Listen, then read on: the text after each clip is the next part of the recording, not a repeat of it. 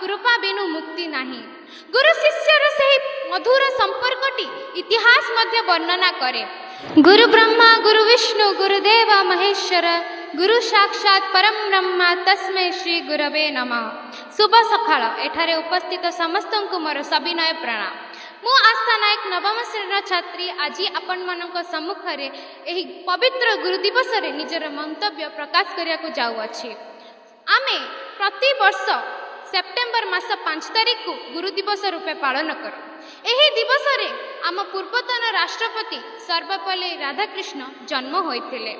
एक आदर्श शिक्षक एवं अध्यापक होइथिबारु से चाहुथिले जे गुरुजन मानक भूमिका ही समाज रे प्रदर्शन करिया पई तांको जन्मदिनटी एक गुरु दिवस रूपे पालन हेउ। एही निवेदन रक्षा करी तांको जन्मदिन को आमे गुरु दिवस रूपे पालन करिथाउ। कुहा जाय जे गुरु को न मानिबा नर गुरु ही साक्षात ईश्वर। गुरु हेउछि एक सांस्कृतिक शब्द जहा दुईटी अक्षर समाहार। गु अर्थात अंधकार, रु अर्थात आलोक। गुरु हेउछन्ति सिए जे हमकु अज्ञान रूपक अंधकार रु दूर करी ज्ञान रूपक आलोक को देखाई थाए। सी सब बेले आम मार्गदर्शन करिथांती। माता पिता हेउछन्ति आम प्रथम गुरु। एहा परे आसंती आम विद्यालय रे पढ़ाउथबा पूज्य गुरुजन माने। जीवन रे प्रति एकटी मुहूर्त रे जदि आमे किछि सिखुचु से मध्य आम गुरु अटंती। गुरुजन माने आमर मंगल चाहंती। सेति पई तो कुआ जाय, हे गुरु तुमे मंगलमय, कृपा बिनु मुक्ति नाही।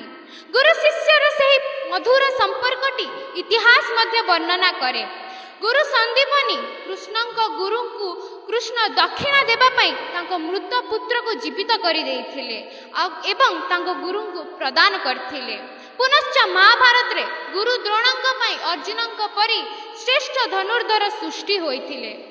त्रेतय युग रे भगवान रामचंद्रଙ୍କ मध्य गुरु वशिष्ठ थिले। एहा सांगरे अति बड़ी जगन्नाथ दास को श्रीमद् भागवत रे मध्य लिखा जायछि जे महाऋषि अवधूतଙ୍କ 24 टी गुरु थिले। जदियो भगवान को गुरु अछंती आमे तो सारा मनीष। गुरु हेउछन्ति सेही प्रदीप जे निजे जळी अंधकार रे रही समस्त को आलोक प्रदान करंती। गुरु हेउछन्ति से रास्ता जे निजे स्थिर होई समस्त को मार्ग दर्शन करंती। मनुष्य दुनिया रे देखिया को गले गुरु रमाकांतଙ୍କ पई सचिन तेंदुलकर भरी महान क्रिकेटर सृष्टि होइछन्ति। गुरु रामदास स्वामीଙ୍କ पई महाराज शिवाजी सृष्टि होइछन्ति। तांको भली विप्लव भी सृष्टि होइछन्ति। गूगल, यूट्यूब, फेसबुक, इंस्टाग्राम भली ऑनलाइन प्लेटफॉर्म जेते शिक्षा देउतो ना काहे की किंतु गुरुर स्थान आज पर्यंत के नहीं पारि नाहंती कि नहीं पारि बेनी। कारण गुरु सब बेले निज चाहे कि निज शिष्य ताठरू अधिक जाणु, निज शिष्य ताठरू अधिक ज्ञान आहरण करू। आशा मात्र एतिकी थाए जे भविष्य रे शिष्य ताकू सम्मान देबो, ताकू आदर करिवो। तेणु एही दिन रे एही पवित्र अवसर रे मु मोर समस्त शिक्षक शिक्षयित्री माननकु जुआर हे कि प्रणाम करिया को चाहूची कि मो जीवन रो समस्त मुहूर्त रे से मोर सहायक होइचंती। शेष रे मात्र एतिक कहया को चाहची जे लोक माने जो माने गुरु को आदर करंतिनी तांको क्षति करियार चिंता करंती एवं गुरु को भूली जानती से माने केते बड़ हेउना काहे कि सब बेले निज जीवन रे विफल हेबे। काहे कि ना भगवत गीता रे मध्य कुआ जायछि श्रद्धावान लभते ज्ञानम तत्पर संयतेन्द्रिय ज्ञानम लभद्वा पराम शांति मुच्ची रेणाधि गच्छति। अर्थात जितेन्द्रिय साधना परायण एवं श्रद्धावान व्यक्ति ही ज्ञान आहरण योग्य अटे।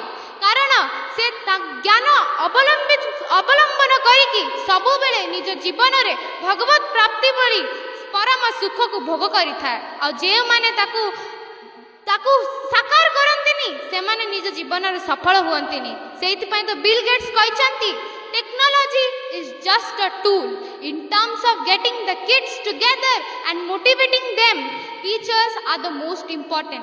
एक गुरु रो स्थान आज पर्यंत के नहीं नांती नहीं पारिबेनी एवं भविष्य रे केबे हे पारिबनी जे गुरु बिना मनुष्य सफल हेबो। धन्यवाद। आपन दिन मंगलमय हो।